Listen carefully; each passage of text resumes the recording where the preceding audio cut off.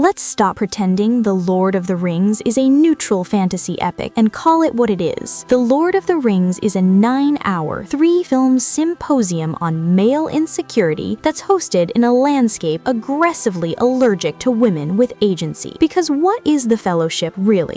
9 men, 1 mission, 0 women. So Middle-earth's most elite response to existential evil is a boys' hiking trip. No diversity, no height variation, what the hell? And in nearly 3 hours of the first film, the first woman to speak with narrative weight appears almost an hour in, Arwen, and her primary function is to rescue a dying man and then immediately begin negotiating the erasure of her own immortality for him. Arwen appears not to discuss politics, warfare, or survival, but to rescue a man and then emotionally orbit him for eternity. It wasn't surprising, though. It is the classic patriarchal romance audacious enough to ask a woman to literally give up literal cosmic power so a man could feel emotionally centered. Rubbish. Arwen does not gain an arc. She waits. She waits for Aragorn. She waits for love. She waits for marriage. She waits for history to let her matter. Her storyline is the cinematic equivalent of unpaid romantic labor, where the immortal embodiment of "I'll be here if you need me" stretched across centuries. And when fans say, well, she didn't have much role in the book, would like to remind them that it is not an excuse, but evidence that Tolkien did not only forget women, but designed a world where they were ornamental. I would like to pause here to emphasize that Arwen relinquishes literal cosmic power. Aragorn gives up nothing. In fact, he gains a kingdom, and this is supposed to be framed as romantic and not a catastrophe that it is. Enter Galadriel, the lone exception permitted by the system. She glows, she floats, she reassures by talking in unnecessarily poetic nonsense. But don't get it wrong, she is not a ruler, she is a spiritual customer service desk for traumatized men on a quest. Her power exists only insofar as it comforts Frodo, affirms destiny, and then politely recedes. Galadriel is the celestial HR department of Middle-earth, whose job is to reassure men they are special without ever threatening their authority. Instead of disrupting the patriarchy, she soothes it. She has power, quite all right, but it is passive power, decorative power, power that exists to be admired, not exercised. Meanwhile, Sauron burns forests, trees fall, smoke rises, and we are meant to see this as villainy, but I see it as textbook toxic masculinity, where domination extends beyond women and into the land itself. Middle-earth is strip-mined by men who confuse extraction with strength. And then there's the ring. The ring, small, circular, glowing, the most obvious Freudian symbol ever smuggled into a prestige fantasy franchise. Men will lose their minds, their friends, their moral compass, and occasionally their limbs just to keep touching it. Please tell me that's not modern masculinity. The entire industrial complex of evil is built by men, enforced by men, narrated by men. Sauron doesn't even need a body. He's just a giant flaming surveillance eye. He is the literal upside-down, inside-out metaphor for the male gaze, but apocalyptic. And let's ask the question Tolkien never wanted us to ask. Where are the female orcs? They reproduce somehow. We're not told how, because even in villainy, women are erased, as if acknowledging their existence would require imagining them beyond decoration or horror. Then we arrive at the Shire, a pastoral fantasy of home, comfort, and nostalgia, a place Samwise loves, a place men long to return to, a place suspiciously free of visible female labor, who cooks, who cleans, who maintains this bucolic dream of masculine innocence. Unpaid female labor. Don't insult my intelligence by calling the Shire a home. It is a misogynistic compound sustained by women's invisible work. And then there is Eowyn, who is the greatest pick-me I have seen on TV. Eowyn, a woman suffocating in a narrative that refuses to need her. Eowyn, a woman doubted by her king. Eowyn, dismissed by her brother, rejected by Aragorn. When she first appeared, I said, yeah, there goes a woman with anger, desire, ambition, and a pulse. And what does the narrative do with her? It neuters her through rejection. Her desire is both romantic desperation and existential frustration. She wants purpose in a world that tells her survival is not her department. So yes, she kills the Witch King. Yes, she declares, "I am no man." The fans cheer. The internet claps. But notice the price. She must disguise herself. She must break the rules. She is allowed power once as an exception, not a precedent. And afterward, she is gently folded back into romance, as if to say, "Thank you for your service. Please return to emotional availability." She becomes, semiotically speaking, the embodiment of the woman who wants meaning in a world that only gives it to men. Gandalf, meanwhile, drifts through the trilogy as the ultimate patriarchal authority figure, an old man who never explains himself, never answers questions, and is obeyed simply because he speaks with confidence and a staff. If a woman did this, she would be called unstable. And finally, the ending. The ring is destroyed. The men cry. The men are crowned. And then, the most patriarchal gesture of all. They leave. They board a ship. They sail west. They abandon the world they broke, fixed, and reshaped. The women stay behind to rebuild, remember, and emotionally launder the fourth age. So no, instead of insulting my intelligence that the Lord of the Rings is about good versus evil, go find something else to do, you nincompoope. The Lord of the Rings is about men managing their feelings through violence, while women, elves, and trees quietly hold civilization together. The only ring is not evil. Unexamined male power is. The ring simply externalizes what the trilogy already believes, that power corrupts, but only when it is not shared. The Lord of the Rings is not a failure, but a perfect artifact of its time, a world where women are symbols, nature is expendable, and men are allowed to leave once the story gets inconvenient. And that is why Middle-earth feels ancient, because it cannot imagine a future where women are architects of destiny rather than footnotes to it.